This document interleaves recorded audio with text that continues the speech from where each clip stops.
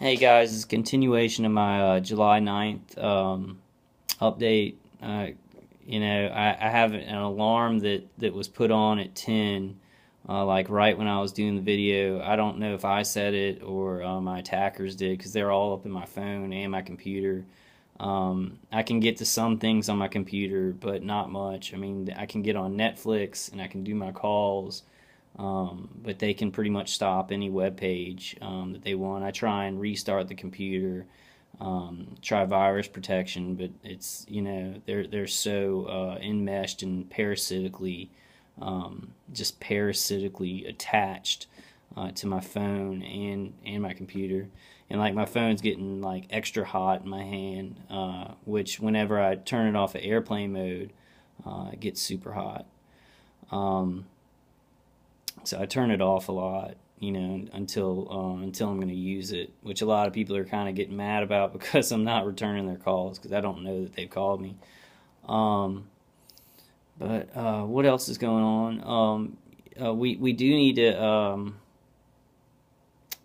to not just pray for Todd Giffen, but he's been put into a mental facility, and I'm not sure where.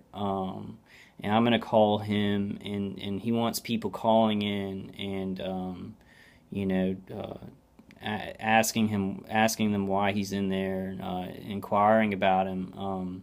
He kind of wants a campaign to help him get out of there. He's his doctors, have agreed that he is being targeted. He has a lot of brain injuries. Like, I mean, I have brain injuries, and a lot of post-traumatic stress from this and things like that. But they did find a way to trick him in to a mental facility again. He's very well spoken, and he's dangerous to this program because he's very smart and well spoken, and he knows a lot about how the technology works and how the system works, which is the system works very corruptly, completely corrupt, and with a lot of ignorance and a lot of money behind it. Um, but we need to pray for him. Please pray for Todd Giffen. But also, I'm going to be trying to call him, see what we can do to get him out of there. I just feel like we are getting somewhere here. With Dr. Horton's work, the Techno Crime Fighter Forum, Karen Stewart's work. Just all the TI speaking out. We're getting somewhere, and they're really trying to stop us. They're really trying to. I think that our attackers are scared and they don't know what's going to happen, so they're really laying it on thick. They want to shut us down and shut us up. Um, I don't see how things can go back. People need to know that this technology was abused this way. The technology needs to come out in the public, and I just oftentimes I'll just be thinking, and I don't see how we can live with these people in our country. It's nothing's going to be the same again because these or any country to know that killers and torturers who will remotely torture children and cook mothers and pregnant women and stuff. I don't think anything can go back to the way it is. That's a concerning thing for me because all throughout this, I did have kind of a mindset of, well, they'll stop it, and we'll go back to the constant, and regular Americans and regular people all over the world will realize this happens, and the people who are doing it will be punished. It seems like this is such corruption and such darkness, that we're not going to go back, to living together like that. These people have to be punished, but we also are going to have to be aware of their existence in our society. People who would do this, and life is going to be different after this. And that's another reason, on the calls and other TIs that I talk to, we talk about, why they're trying to cover this up so much. And people, a lot of society, the majority of society does know that we're telling the truth. They know it now, but they just don't know what to do. So, but they want to cover it up because if it was just, if they just came out and said, hey, a bunch of people are murdering people, with remote technologies and mind directing them with remote neural manipulation, using directed energy weapons to really hurt families and stuff like that. You would have panic in we will have panic in every country.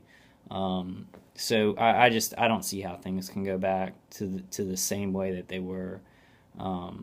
It's gonna be very different when this comes out, and it just has to be. These people have done this. These contractors and these thousands and thousands of people, gang stalking, hundreds of thousands of people gang stalking, and thousands of people, I don't know. I don't know the number. Hopefully the TI International Survey will tell us, the numbers of people out there, and kind of give us an idea, give us more of a census on, how many people are doing this. But it's a lot of people who are microwaving families and microwaving people in their homes, and it's changed things for TIs. I know that TIs that are watching this, it's changed things for us and the way we see the world. I think maybe a lot of us saw the world differently anyway. We saw that there was something wrong, and maybe that's why a lot of us were attacked. But now we do see that something very wrong, and it's just we're not going to be able to be like, oh well, everything's all right again, and oh they've stopped doing this, because the evil kind of crime syndicate, the evil oligarchy that really doesn't give a crap about our governments or our sovereignty, and is just kind of going along with, we're going to make a big oligarchy and a big kind of, everything's kind of a business now in the world. Like the head of the world, the private banks, it's just a business. It's just money. It's just research. It's just data. So people are going to have to realize that things are different now to survive. Like to survive, we're going to have to change everything. And I think TIs have already done this. Targeted individuals or people who are being targeted by this stuff, we already realize how different things are, and we've had to live differently and understand things differently. And the evil that people can do is unbelievable. It's unbelievable. That has to mean that the good that people can do is unbelievable too. And I've seen such strong target individuals, such strong activists coming out and just so courageous and just speaking up and saving lives and trying to help people defend. I feel like that's what I kind of want to do in this time is help people to buy more time, because we're getting there. Changes are being made. On my V2K, I've kind of gotten the feeling there was a little bit of chatter that, I didn't have much longer, and not a death threat. It was kind of somebody who I think is kind of good on my V2K. I take it with a grain of salt, but it was kind of a statement that was like, you don't have a lot longer. It could have been just the narrative, just to psych me out, just part of the psyop. But I get that feeling. And I know I've been saying this for 6 years. How long have I been making videos? Like 4 years or 5 years. I've been saying it. We're almost to the end. But now I really do feel like there are going to be big changes made. So that's why we've got to do that international TI survey.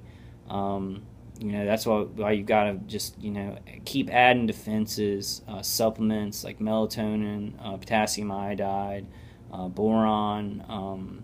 Look out for Charlie's cleansing regimen. Do the cleansing regimen, because we've got a lot of you can call them nanoparticulates or a fungal infection or Morgellons.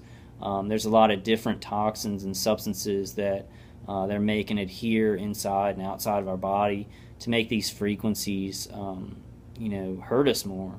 So these supplements and cleansing regimens will help you get that off. I was thinking that a good way to do this would be in layers. First off, the cleansing and supplements to get the biofilm and the nanoparticulates or fungal infection outside, on your body and inside your body. Get that off. Then reduce the microwave radiation in your body. So then reduce that with like melatonin, potassium iodide, things like that. We want to reduce that level of radiation in our brain and in our cells, with as many supplements as we can, because that gives them less of a hold on us mentally and physically with the electromagnetic frequencies. Then you want to do passive defenses. There's a lot more that goes into that, but that's a good kind of that's a good starting point. To take care of the toxins on your skin and inside your body, then reduce the level of microwave radiation that you have in your body, because they're pumping that into you, and it's going through that fungal infection or the Morgellons. And then after you do that, then get your defenses up, get things to defend. And I have started looking into Teflon clothing. There's a site that's like has Teflon coated clothing. Karen Stewart said something very smart that I just think she's right on.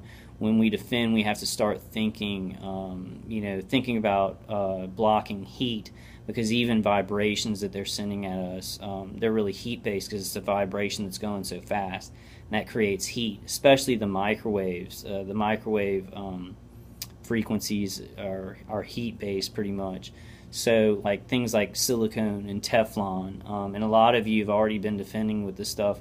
I am too. Around the lip of my hat I have these hadron protectors, which have silicone and shungite. So the shungite is supposed to soak up some of the radiation. The silicone soaks up some of the heat, because they use silicone in microchips in computers, so that it soaks up a lot of the heat that's run, the electrical heat that a computer creates or a TV creates. So there's a lot of silicone in chips. So we need to be thinking about defending from heat. Now Teflon I've been studying is a great thing to defend from heat, and there's a lot of sites. If you just go on Google and look up Teflon clothing, there's a lot of clothing that is coated with Teflon. So I'm going to start experimenting with that stuff.